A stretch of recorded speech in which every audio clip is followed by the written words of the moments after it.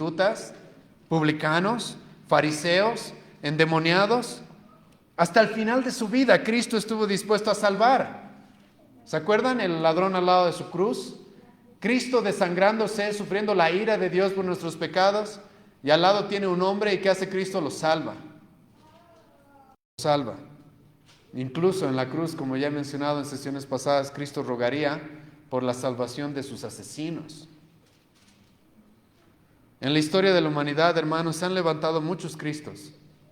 Mucha gente, Cristo mismo dijo que eso iba a ser, eso iba a pasar. Mucha gente ha intentado robarle el título de Cristo. ¿Qué significa Cristo? El ungido, el Mesías. Mucha gente hoy día igual se llama los ungidos. El ungido del Señor, no toques al ungido, dicen. Pero hay algo que nunca van a poder tener y es su nombre, Jesús. Podrán intentar robarle el título de Cristo, pero jamás van a poder llamarse Jesús como Él se llamó, porque nunca van a poder salvar como Él salvó. Nadie va a poder salvar como Él salvó. Ahora, ¿qué es esta salvación? ¿Y por qué lo primero que se menciona en el Evangelio de Lucas para referirse a Cristo es esto? Que Jehová va a salvar. Esto no debería ser muy sorprendente para ti si conoces la historia en la Biblia, porque toda la Biblia se trata acerca del hombre necesitando salvación. Toda la Biblia se trata acerca del hombre estando en guerra con su Creador, mereciendo condenación desde Génesis capítulo 3 y necesitando un Salvador. Toda la Biblia se trata acerca de que el hombre no puede salvarse por sí mismo, sino que necesita a alguien que venga en su rescate. Entonces no debería ser raro, ¿verdad? Desde Génesis 3 nos encontramos con Adán pecando y mereciendo la muerte y la condenación, y Dios prometiendo ¿qué? Un Salvador. Y toda la Biblia se trata acerca de, en el Antiguo Testamento, ¿quién va a ser ese Salvador? ¿Cuándo va a llegar ese Salvador? En el Nuevo Testamento, como se nos dice acá, ya llegó ese Salvador. Aquí está la forma en la que Dios va a salvar. Aquí está, dice Lucas. Aquí está, dice Dios mismo a través del ángel Gabriel. Aquí está la forma en la que Jehová va a salvar. Ya llegó. Ya llegó el cumplimiento de la promesa. Ahora, ¿qué es esta salvación? Como ya dije, la Biblia le dice claramente de que el hombre está muerto en delitos y pecados, que por naturaleza es enemigo de Dios y lo único que merece es la ira de Dios. Y es este el por qué vino Cristo a salvarnos, porque estamos perdidos, condenados, malditos. No vino a salvarte por si acaso de una mala autoestima, no vino a salvarte de que hayas perdido tu trabajo, ni siquiera de la enfermedad, tiempo presente. Él vino a salvarnos de nuestros pecados. De eso se trata todo el Evangelio de Lucas, de eso se trata toda la venida de Cristo, la primera venida de Cristo. Vayan conmigo a Gálatas capítulo 3, un lugar donde Pablo va a expresar esto de manera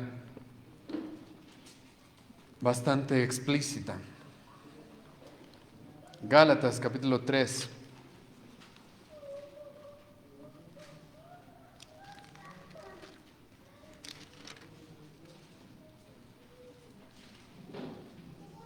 Escucha lo que Pablo va a decir a partir del versículo 10. Porque todos los que dependen de las obras de la ley están bajo ¿qué? Maldición. Eso, hermano, que te recuerde a Deuteronomio 28, donde Dios dice, si tú quiebras mi ley, eres maldito. Todo, te mereces ser maldito cuando salgas de tu casa, cuando entres de tu casa. La tierra que trabajes será maldita. Todo va a ser maldecido. Y Pablo reconoce eso en el Nuevo Testamento. Y dice, porque todos los que dependen de las obras de ley están bajo maldición, son malditos. La palabra maldito en el Antiguo Testamento significa alguien que lo único que merece es la destrucción, que está siendo preparado para ser destruido. Pues escrito está, dice Pablo, maldito todo aquel que no permaneciera en todas las cosas escritas en el libro de la ley para hacerlas. Maldito, dice Dios, a todos los pecadores, a todos aquellos que hayan quebrado su ley una sola vez, es suficiente para ser malditos. Versículo 11. Y que por la ley ninguno se justifica para con Dios es evidente, porque el justo por la fe vivirá. Versículo 12. Y la ley no es de fe, sino que dice, el que hiciere estas cosas vivirá por ellas. Y escucha el versículo 13. Cristo nos redimió.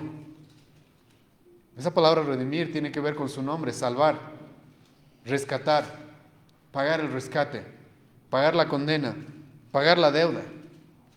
Cristo nos redimió de la maldición de la ley, hecho por nosotros maldición, porque escrito está: maldito todo aquel que es colgado en un madero. ¿Sí?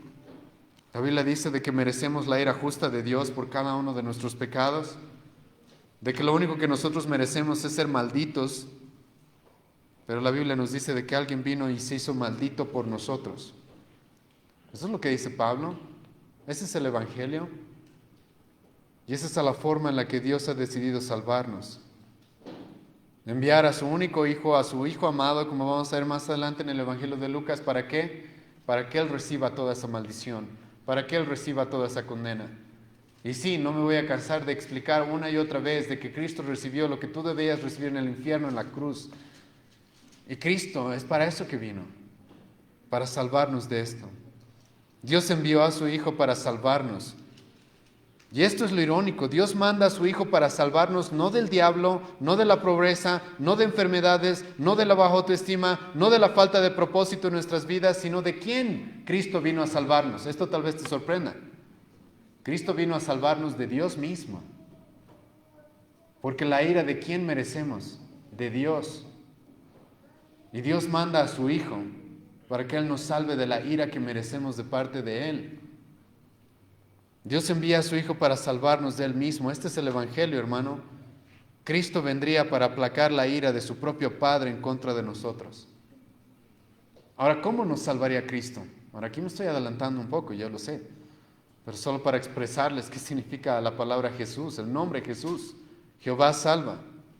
Cristo nos salvaría viviendo por nosotros, cumpliendo la ley que nosotros no podemos cumplir. Por eso, comenzando su ministerio, le va a decir a Juan el Bautista, Mateo capítulo 3, versículo 15, es necesario que cumpla toda justicia. Tengo que obedecer la ley completamente porque Él iba a ser nuestro sustituto, hacer lo que nosotros no podemos hacer. Y después Cristo, como ya he leído en Gálatas capítulo 3, se haría maldito por nosotros, pagando lo que nosotros debemos pagar. Y en su camino dirigiéndose a la cruz, Cristo predicó, enseñó, mostró a las personas el Evangelio, buscó que las personas entiendan quién es Él, qué es lo que Él haría. Una y otra vez los va a confrontar con su necesidad de un Salvador. ¿Han leído Juan 6? Cristo les va a decir: yo soy el que necesitan, yo soy el que ha venido para salvarlos de la condenación. Ustedes están pensando en milagros, ustedes están pensando en el pan que comieron el día de ayer, cuando yo he venido a darles la vida eterna, yo he venido a pagar su condena. Una y otra vez Cristo les recalcaría eso. Cristo rescataría a unos del libertinaje, les mostraría cuál es el camino de la salvación. Cristo rescataría a otros del legalismo. Cristo buscaría predicarles la verdad para salvarlos y hacerlos libres de la condenación a todos aquellos que se acercaban a Él en todo su ministerio, y para luego terminar en una cruz pagando nuestra condena. Ese es Cristo. Y el hecho de que sea lo primero que se nos dice de Cristo es porque, escucha, esta sería su obra principal. Esta, en su primera venida, iba a ser su obra principal. Cristo mismo dijo: yo soy el buen pastor. ¿Y el buen pastor qué vino a hacer? Dar su vida por sus ovejas. Vivir y morir por sus ovejas. Predicar la salvación solo por fe, solo por gracia, a través de Él. Ese fue su propósito. Es para eso que vino. Y hermanos, recuerden que también en la cultura judía y en la forma de escritura en griego, el orden de las cosas es importante. Normalmente se pone lo principal y lo más importante al principio, y lo primero que se nos dice es su nombre. Jesús salva. Los apóstoles entendieron, es por esto que estuvieron dispuestos incluso a dar su vida por este mensaje. Es por eso que estuvieron dispuestos a decirle a aquellos hombres que se negaban a creer esto. Hechos capítulo 4, versículo 12, en ninguno hay otra salvación, porque no hay otro nombre bajo el cielo dado a los hombres en quien podamos ser salvos. Sí, los judíos querían salvarse por sus obras, no querían aceptar que necesitaban un Salvador, y los apóstoles pero les van a decir: no importa. Vamos a repetirles una y otra vez que solamente en Él pueden ser salvos. ¿Por qué? Porque es para eso que Cristo vino. Y hermanos, si las personas tan solo entendieran qué significa el nombre de Cristo, realmente ¿cuántos errores se evitarían? ¿Cuántos errores no cometerían si solamente supieran lo que significa el nombre Jesús? Jehová salva. Hace un tiempo pasaba por una plaza donde había una iglesia evangelizando y tenían un cartel que decía: Cristo quiere ayudarte. Otra vez recibí un folleto donde decía: Cristo quiere hacerte feliz.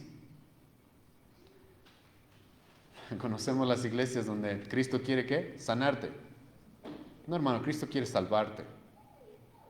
Hace unas semanas vino una persona a visitar nuestra iglesia y él me decía: Cristo me ha salvado del alcoholismo. Le decía: bien, perfecto, hermano, perfecto, qué bien que te haya sacado del alcoholismo. Pero escucha, no solo quiere salvarte del alcohol, Él quiere salvarte del infierno. ¿Qué tal eso? Es eso lo que significa su nombre. Es esa la salvación que Dios muestra, que el hombre necesita en toda la Escritura. No es la salvación simplemente de problemas y de defectos presentes y temporales, sino el gran problema que nosotros tenemos es de que somos pecadores dirigidos a la condenación eterna si no viene alguien a salvarnos. Y no, Cristo no vino solamente a ayudarte, Cristo no vino a hacerte feliz, Cristo no vino a sanarte, Cristo vino a salvarte. Eso es lo que dice su nombre, eso es lo que significa: Jehová salva. Estas son las buenas noticias, este es el Evangelio, esto es el por qué eres un pecador, bienvenido. Cristo vino a salvar pecadores. Eres un pecador, está bien. Cristo vino a salvarte. Cristo vino a morir por ti, Cristo vino a pagar lo que tú le debes a Dios. Y hermanos, como dije, esto simplemente es un pequeño estudio de lo que Jesús significa. Jehová salva. Pero no termina ahí nuestro pasaje, sino que el ángel va a continuar. Y hermano, creo que eso ya es bastante para decir de Cristo. Pero no va a terminar ahí, sino que el ángel va a continuar diciendo, versículo 22, este será grande. Este será grande. Palabra griega, megas. Si hay algo que va a caracterizar la vida de Cristo, hermano, es que Él sería grande.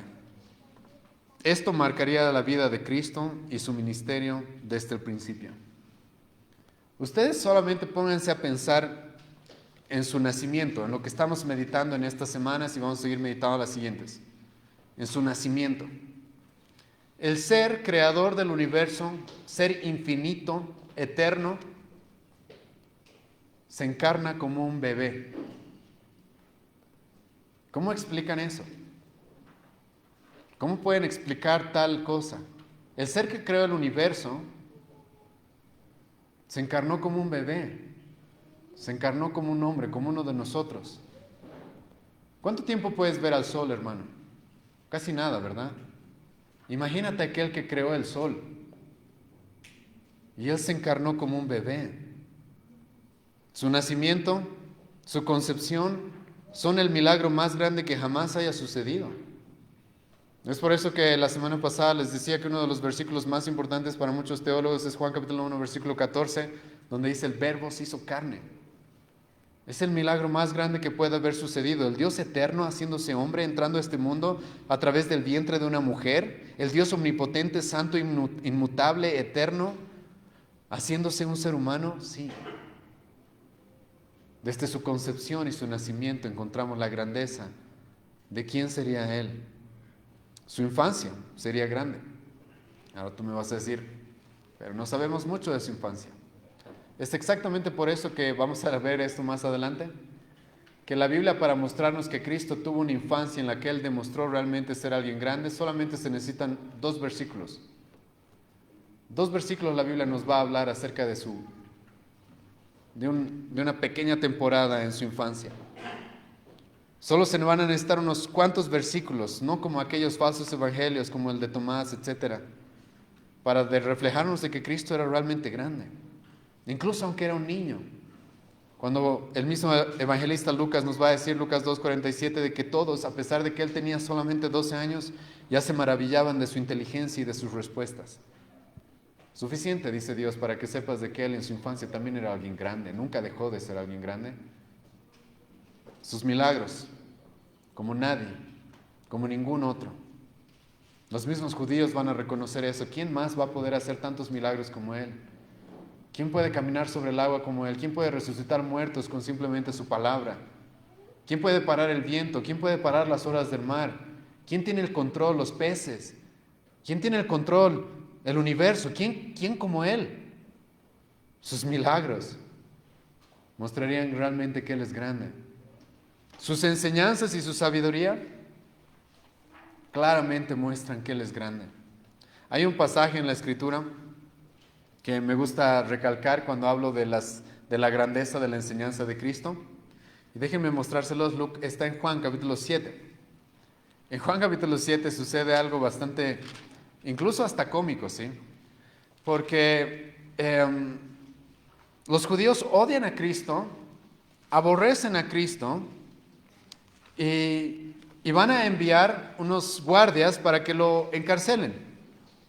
Y esos guardias se van a tardar 3 días en volver.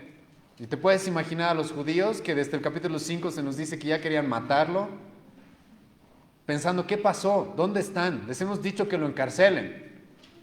Y esos guardias van a volver sin Cristo, sin haberlo apresado, y escucha cuál va a ser su excusa.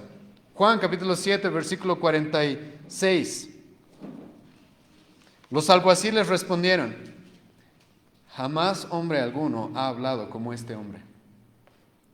En otras palabras, los judíos los mandaron a arrestarlo y esos guardias empezaron a escucharlo predicar y se quedaron 3 días escuchándolo. Y su excusa para no haberlo apresado es: jamás nadie ha enseñado como él enseña. Nunca. Nadie ha hablado como él habla. Nunca nadie ha dado tanta sabiduría como él la da.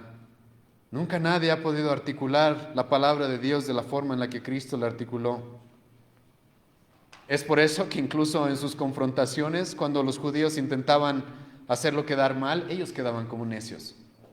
Cuando los judíos se acercaban y pensaban que iban a poder hacer a Cristo quedar como un tonto o como un ignorante, ellos quedaban como ignorantes, ellos quedaban como tontos.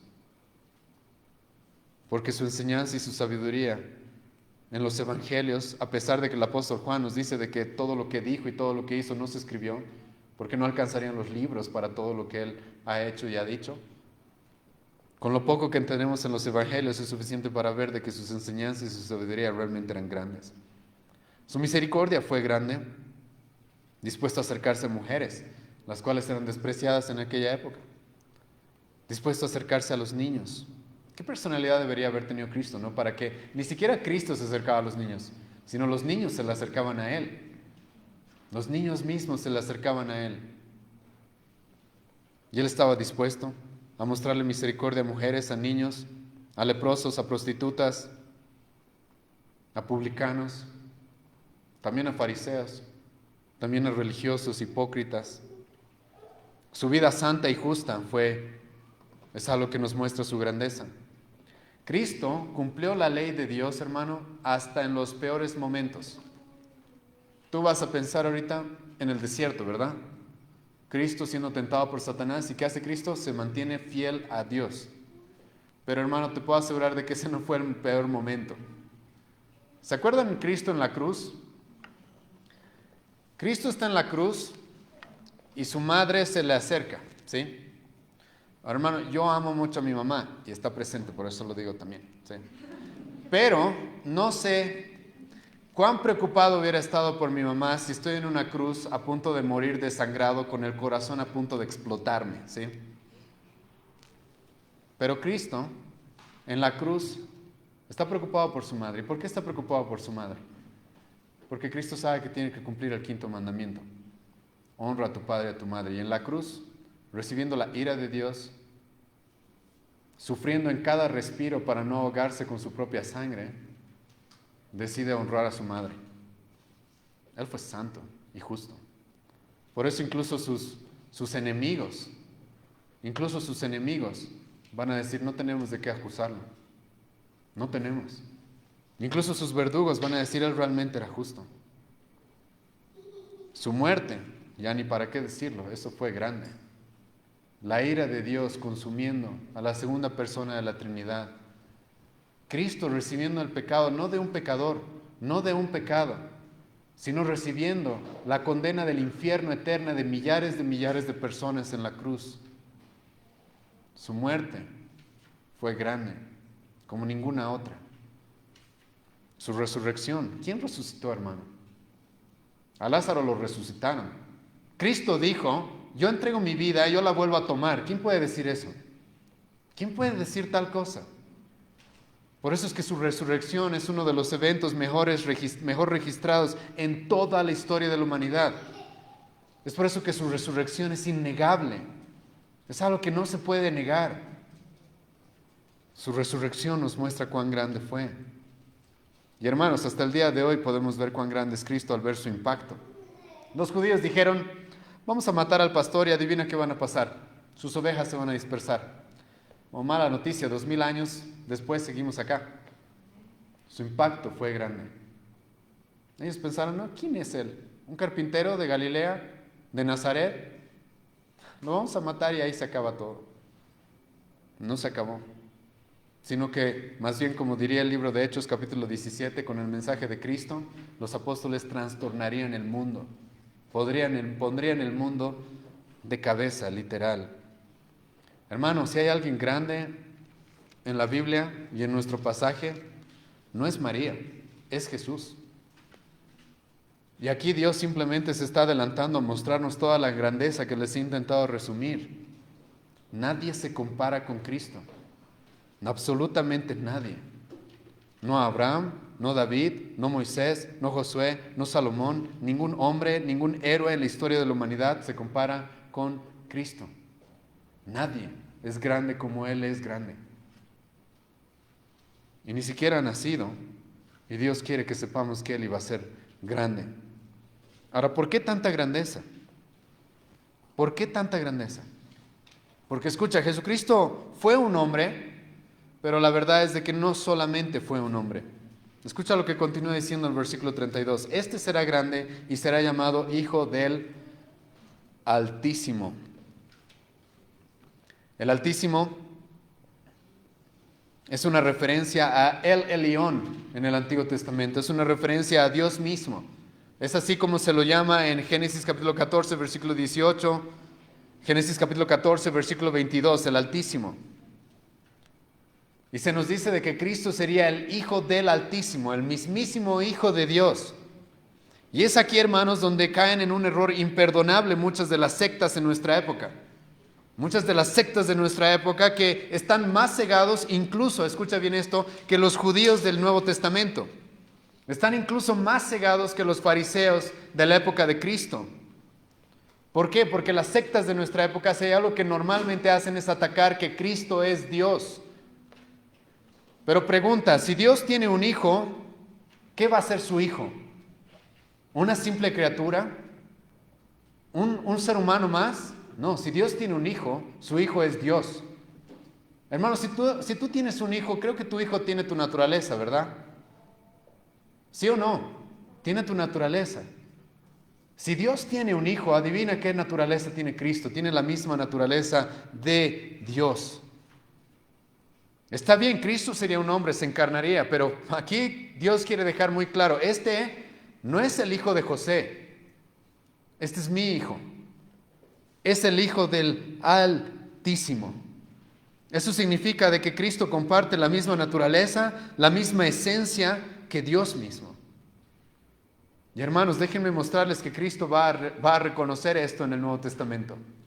Vayan conmigo a Juan capítulo 5 y perdón a los que han estado en la reunión de membresía. No pensé que en la reunión de membresía vamos a tocar este pasaje, pero lo voy a volver a tocar. Juan capítulo 5. Juan capítulo 5, Jesucristo acaba de hacer un milagro, los judíos se van a quejar porque hizo un milagro en el día de reposo. En otro pasaje Cristo les va a decir, por si acaso, yo soy el Señor del día de reposo, yo soy el dueño del día de reposo. En otras palabras, yo soy Dios, eso les va a decir Cristo en Lucas capítulo 6.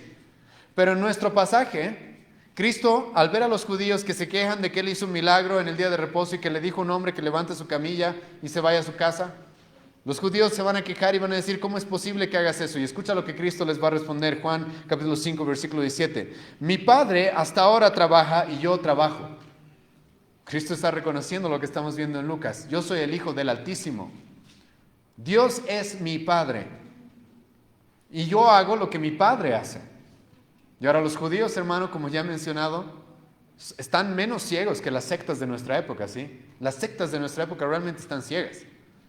Porque por lo menos los judíos entienden lo que Cristo está diciendo. No lo aceptan, pero sí lo entienden. Sí lo entienden. Escucha el versículo 18. Por esto los judíos aún más procuraban matarle, porque no solo quebrantaba el día de reposo, sino que también decía que Dios era su propio Padre, haciéndose igual ¿a quién? A Dios. Los judíos mismos entendieron. Si este hombre se está llamando el Hijo de Dios, es porque Él es Dios. Es porque Él es Dios mismo. Y eso era algo que los judíos, como dije, entendieron. No aceptaron, pero entendieron. No lo quisieron aceptar y por eso lo mataron. Porque Él se hacía igual a Dios. Por eso lo mataron. Pero entendieron de que Cristo estaba diciendo eso. Y si tú continúas viendo el capítulo 5 de Juan, versículo 19 en adelante, Cristo les va a decir, ¿ustedes creen que yo estoy diciendo que soy Dios? Pues sí, estoy diciendo eso. Yo hago las mismas obras que Dios, yo doy vida igual que Dios, yo juzgo igual que Dios y yo recibo la misma honra que Dios, Cristo les va a decir. Para dejar muy claro que Él es Dios. E incluso antes de que nazca, ya se nos dice, Él sería el Hijo de ¿quién? Del Altísimo. Él no es solo un hombre, hermano. Él se hizo un hombre, sí. Pero no solamente es un hombre. Él será llamado, dice nuestro pasaje, el Hijo del Altísimo. No lo compares con un ángel. Gente lo compara con un ángel en nuestra época. Los testigos de Jehová hacen eso, ¿sabían? Es el hermano de Miguel, o es Miguel, perdón, para ellos. Es uno de esos ángeles. Hemos leído Hebreos capítulo 1, versículo 8 al 14, por si tienes dudas acerca de si Jesucristo era un ángel. El autor de Hebreos va a decir claramente, no, jamás a un ángel se le ha dado la posición que a Cristo. Jamás a un ángel se le ha dicho, siéntate a mi diestra, hasta que yo ponga a tus enemigos bajo tus pies.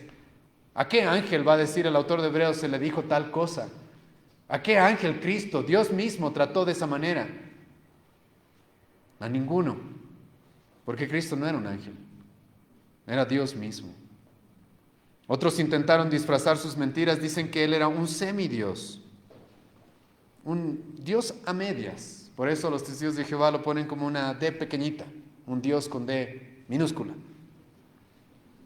Pero a ellos Cristo, ¿qué les dice? ¿Se acuerdan? Juan capítulo 14, versículo 9, el que me ha visto a mí, ¿ha visto a quién? Al Padre.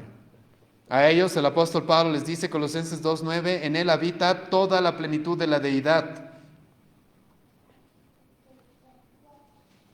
A Él, el profeta les dice, aquel que vendría sería llamado ¿cómo? Emmanuel. La última vez que revisé el significado de Emmanuel, significa Dios con nosotros. Dios mismo con nosotros. Hermano, Él es el Hijo del Altísimo.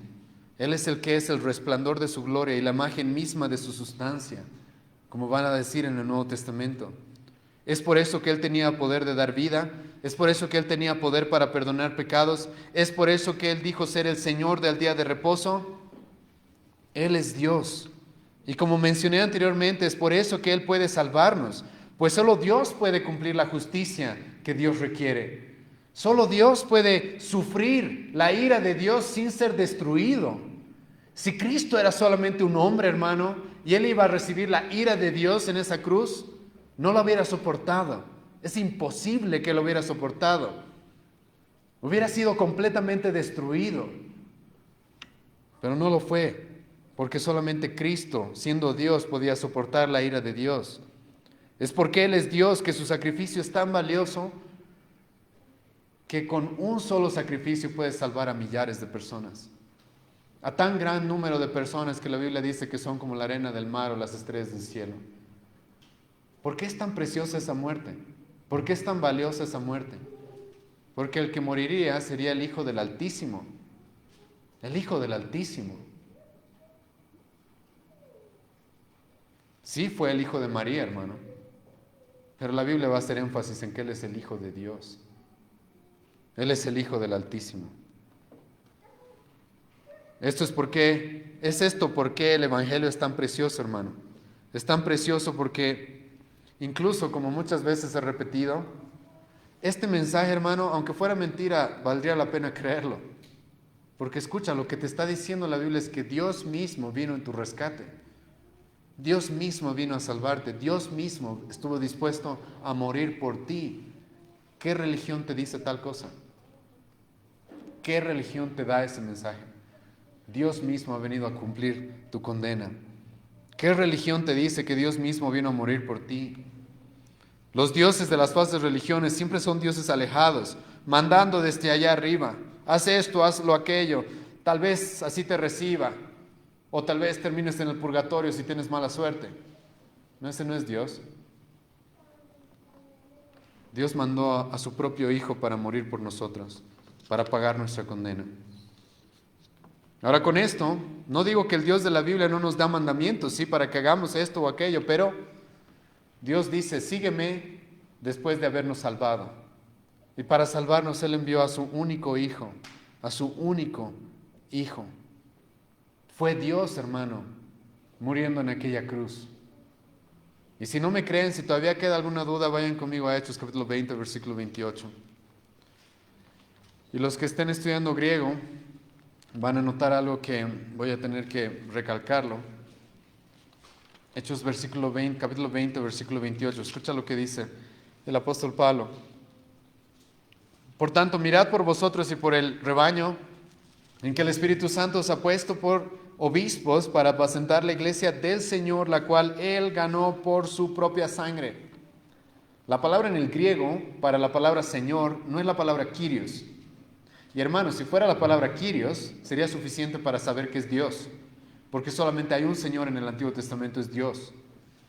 La palabra Kyrios una y otra vez se utiliza para referirse a Dios, pero la palabra en el griego, en esta sección, dice que Dios compró con su sangre.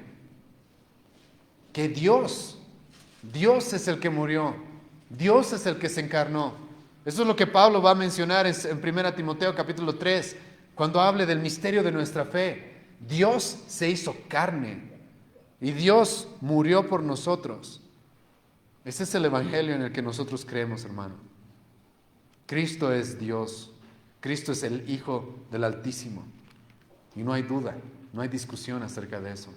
Todos aquellos que rechazan eso, están rechazando al único Cristo, al único Salvador revelado en la Escritura. Y se están inventando un Cristo que no existe.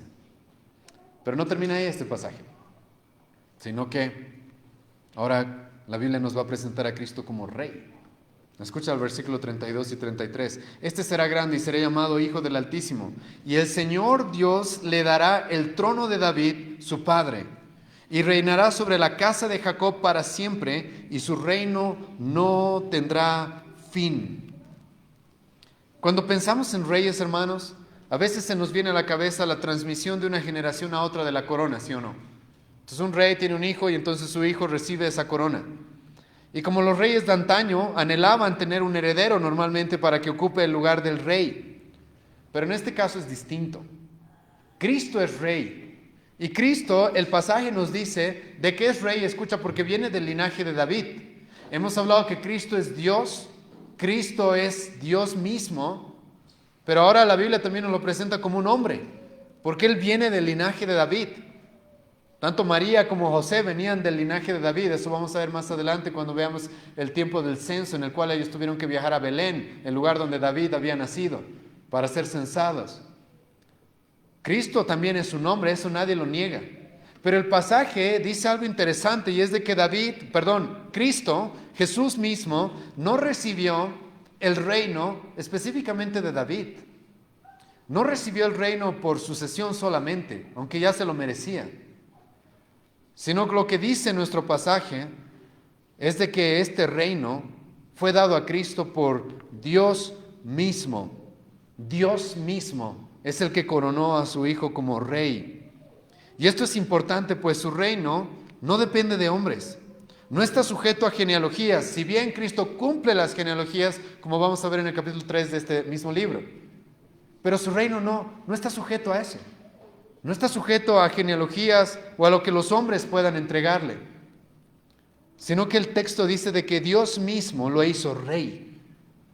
Es por eso que, como ya he mencionado, más adelante se le va a decir que tiene un nombre por sobre todo nombre ante el cual toda rodilla se debe doblar. Él es rey. Es por eso que en la Biblia no se va a intentar diluir el llamar a Cristo Rey de Reyes, Señor de Señores. Es por eso que cuando Pilato le pregunta a Cristo, ¿eres tu rey? Cristo le va a decir, sí, soy rey. Y sabes, tu reino no me interesa. Mi reino no es de este mundo. Si fuera de este mundo, mis sirvientes vendrían y lucharían y ni tú, ni Roma, ni nadie podría detenerme. ¿Han visto que Cristo le responde eso a Pilato? Juan capítulo 19, versículo 33 al 36. Pilato le va a preguntar, ¿eres rey? Cristo va a decir, sí, sí. No soy un rey como tú. No soy un rey como los de este mundo. ¿Y por qué no es un rey como los de este mundo? Su reino no es democrático, hermano. Su reino es teocrático. Dios le dio ese reino. Dios quiso coronarlo como rey. Dios quiso darle potestad por sobre todas las cosas. Cristo es rey. Él reina. No tiene igual. Y su reino tampoco se compara a cualquier reino de este mundo. Ahora, hay mucho implicado en este hecho de que Cristo sea rey. Déjenme decirles algunas de las cosas que significan de que Cristo sea rey. Uno, Él es soberano, dueño absolutamente de todo. Rey de reyes, Señor de señores, todo le pertenece. Hasta los gobiernos, hasta los reyes. Sí, en sus manos, hermano, están los reyes y los gobernantes de nuestra época. Él es rey sobre ellos. No hay ningún rey sobre Cristo. Él es rey sobre todo rey. Él gobierna hasta la última molécula de este universo. Es por eso que Cristo mismo va a decir, toda potestad me es dada a mí. Yo estoy en control absoluto de todo. Y más vale que me honres como un rey. Segundo, el rey era alguien que protegía a su gente. El rey, y esto es algo que hemos estado viendo con el pastor José cuando ha dado el panorama general de Primera, Segunda Reyes, Primera, Segunda Crónicas. Hermano,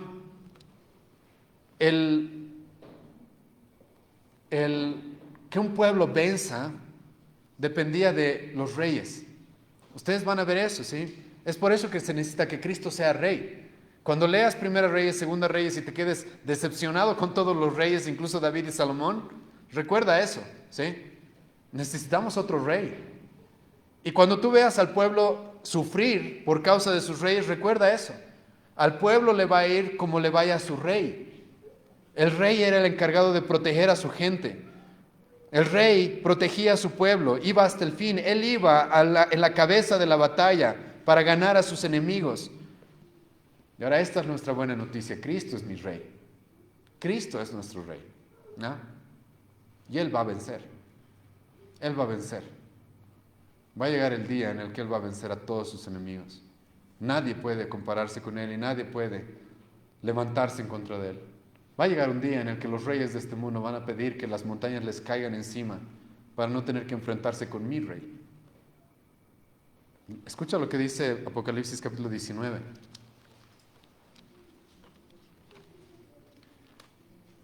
Apocalipsis capítulo 19. Este es uno de mis pasajes favoritos en la Biblia. Apocalipsis capítulo 19.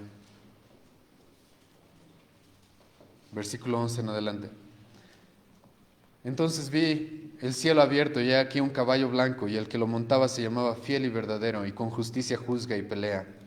Ese es nuestro rey. Juzga, pelea, protege a su pueblo. Sus ojos eran como llama de fuego, y había en su cabeza con muchas diademas, y tenía un nombre escrito que ninguno conocía sino él mismo. Estaba vestido de una ropa teñida en sangre. ¿Le suena familiar? Y su nombre es el Verbo de Dios. Y los ejércitos celestiales vestidos de lino fino, blanco y limpio le seguían en caballos. Ahora escucha, esos ejércitos simplemente, escucha, en realidad están como espectadores, ¿ya? Espectadores. Ellos simplemente van a ver cómo el rey vence. Cómo el rey vence. Y los ejércitos celestiales vestidos de lino fino, finísimo, blanco y limpio, le seguían en caballos blancos. De su boca sale una espada aguda para herir con ella a las naciones. ¿Qué significa eso? Yo sé que es lenguaje poético, simbólico, alegórico, hermano, entiendo eso, sí. Pero ¿sabes qué significa? De que Cristo va a necesitar solamente hablar para destruir a sus enemigos. De su boca sale una espada. Él simplemente va a tener que hablar para destruir sus enemigos. De su boca sale una espada aguda para herir con ella a las naciones, y él las regirá con vara de hierro, y él pisa el lagar del vino del furor de la ira de Dios Todopoderoso. Este es mi rey, hermano. Sí, en su primera venida vino a ser humillado para salvarme. En su segunda venida va a venir a vencer a todos sus enemigos y darle la victoria a su pueblo. Y en su vestidura, versículo 16, y en su muslo tiene escrito este nombre, escucha, Rey de reyes, Señor de señores. Y si ustedes continúan el pasaje, van a ver que los ángeles que estaban de espectadores ahí, van a llamar a las aves y van a decir, vengan aves del cielo a comerse los cadáveres de sus enemigos, porque Él va a vencer. Y no hay quien pueda detenerlo, no hay quien pueda hacerle frente. Ese es Cristo, ese es Rey. Él va a proteger y Él va a derrotar a sus enemigos. La gente cree que puede rebelarse contra Cristo y salirse con la suya, que puede blasfemar su nombre, ignorarlo, incluso usarlo como una fuente de ganancias. Están locos. Él es el Rey. Y si tú eres su enemigo, va a llegar el momento en el que Él regrese con una espada en su boca y con ojos de fuego y te va a poner bajo sus pies. Es inevitable. Es inevitable. Ese es Cristo. Eso significa de que Él es Rey. El que Él sea Rey también significa de que Él merece toda reverencia. Toda reverencia. Si es verdad que la Biblia lo llama nuestro amigo, no voy a negarlo. Si es verdad que la Biblia lo llama nuestro hermano, no voy a negarlo. Si es verdad de que la Biblia lo llama el primogénito entre muchos, es verdad. Pero hermano, nunca olvides de que Él es Rey. Él es Rey. Él se merece reverencia, adoración. No te atrevas a usar su nombre en vano, no te atrevas a intentar engañarlo, ni siquiera te atrevas a ignorarlo, pues Él es Rey. Él se merece honor, gloria, alabanza. Él se merece respeto y reverencia. Ese es Cristo. Él es Rey. Y Él también, escucha bien, merece toda sumisión y obediencia. ¿Qué pasaba, hermanos, en la antigüedad cuando un rey daba una orden? Tenía que cumplirse al pie de la letra e inmediatamente. Ahora aquí es donde les pregunto, ¿tratas a Cristo como Rey? Porque es fácil decir, Cristo es mi Rey, ¿verdad? Pero el que Él sea Rey significa que Él merece toda obediencia. Toda obediencia. Él se merece toda tu sumisión, tu sumisión. ¿Sabes qué sucedía cuando un rey daba una orden? Se la cumplía inmediatamente, como ya he mencionado. Y cuando un rey ordenaba algo, no se hacían preguntas, no se cuestionaba, no se decía, ¿sabes? Creo que yo tengo una mejor idea. No, morías si hacías eso. Y Cristo es Rey, hermano. Ese Rey que vino a morir por nosotros. ¿Cuánto más Él se merece toda nuestra obediencia, toda nuestra sumisión? Ahora hay algo más con respecto a Cristo, acerca de su reino en el versículo 33. Y reinará sobre la casa de Jacob para siempre, y su reino no tendrá fin. Ahora muchos de ustedes piensan, ¿qué es esto de la casa de Jacob? ¿Sí? Significa, hermano, los descendientes de Abraham. Ahora ahí tú te preguntas, ¿qué tengo que ver yo con los descendientes de Abraham? Déjame decirte que nosotros estamos conectados a los descendientes de Abraham. Escucha lo que dice Gálatas capítulo 3, versículos 7 y 29. Gálatas capítulo 3, versículos 7 y 29.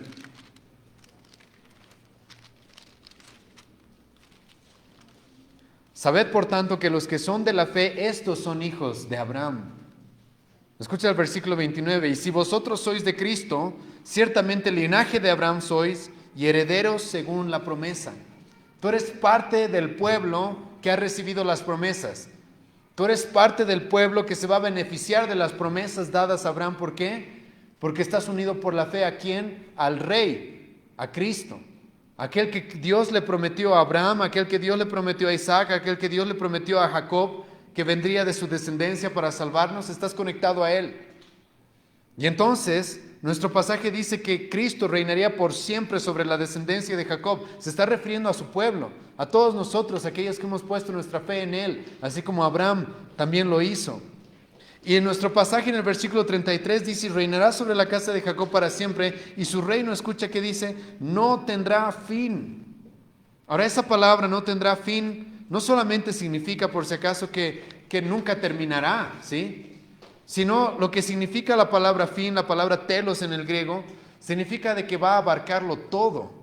El reino de Cristo no tiene fronteras con ningún reino, no comparte frontera con nadie. Su reino, dice Lucas, a través de, citándonos lo que dijo el ángel, de lo que Dios mismo le mandó a decir acerca de Cristo, su reino no va a tener fin. Su reino es de extremo a extremo. Él no tiene fronteras, Él no comparte su reino con nadie. Su reino va a cubrir absolutamente todo. Esto es lo que significa que su reino no tiene fin, no tiene límites. Su reino va a abarcar todo. Y en la eternidad, hermano, esto es lo que vamos a ver. Su reino ocupará todo lo que hay y su pueblo estará junto con él reinando y sus enemigos estarán en el lago de fuego siendo condenados. Y esto es lo que se nos dice en este pasaje acerca de Cristo, hermano. Cristo es Jesús, nuestro Salvador. Cristo es el Hijo de Dios, el Hijo del Altísimo. Cristo sería grande. Cristo es Rey. Ahora, para terminar, quiero hacerles notar de que en estos pasajes vemos tanto la deidad de Cristo como su humanidad. Ya lo he mencionado, pero ve esto, hermano. Esta es una doctrina central en nuestra iglesia y en el cristianismo ortodoxo.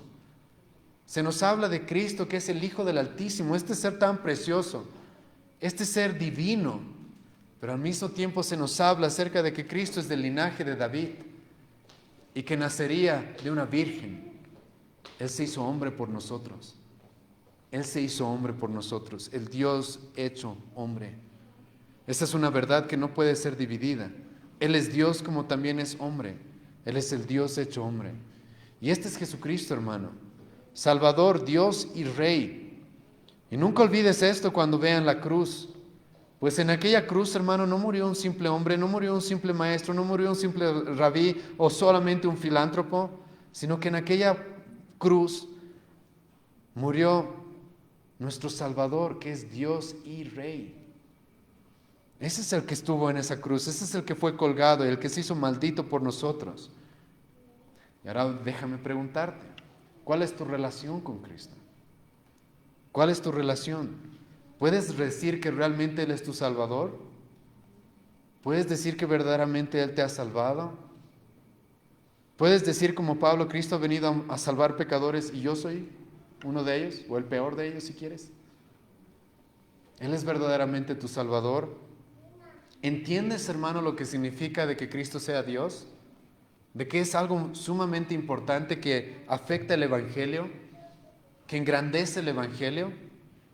¿Entiendes las implicaciones de que Él sea el Hijo del Altísimo? Al escuchar eso, ¿entiendes cuán valioso, precioso es el mensaje que predicamos? Y escucha, ¿tratas a Cristo como tu Rey? Porque Él es Rey. ¿Tratas a Cristo como tu Rey, como tu dueño, como el soberano?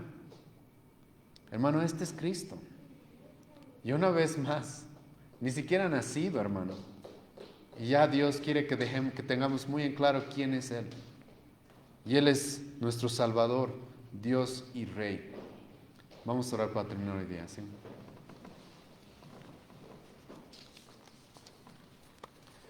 Gracias, Señor, te damos por este tiempo que nos das como iglesia para poder aprender más de tu palabra y en este tiempo, Señor, para poder ver un poco, Señor, de la gloria de quién es tu Hijo.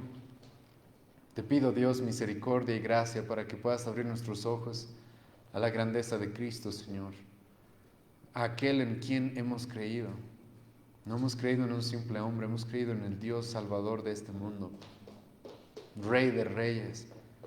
Te ruego, Dios, misericordia para que abras nuestro entendimiento a estas grandes verdades. Y te agradezco, Dios, porque podemos estudiar esta palabra el día de hoy. Podemos conocer a Cristo incluso en esta sección en la cual Él ni siquiera todavía había sido concebido. Y tú nos lo quieres presentar de manera tan clara para que sepamos quién es Él, lo honremos, entendamos en quién hemos creído y vivamos para Él, Señor. Te ruego que puedas llenar nuestros corazones de un deseo de vivir y entregar nuestras vidas a aquel que ha venido a salvarnos. Te ruego, Dios, misericordia por esta congregación. En el nombre de Jesús oramos. Amén.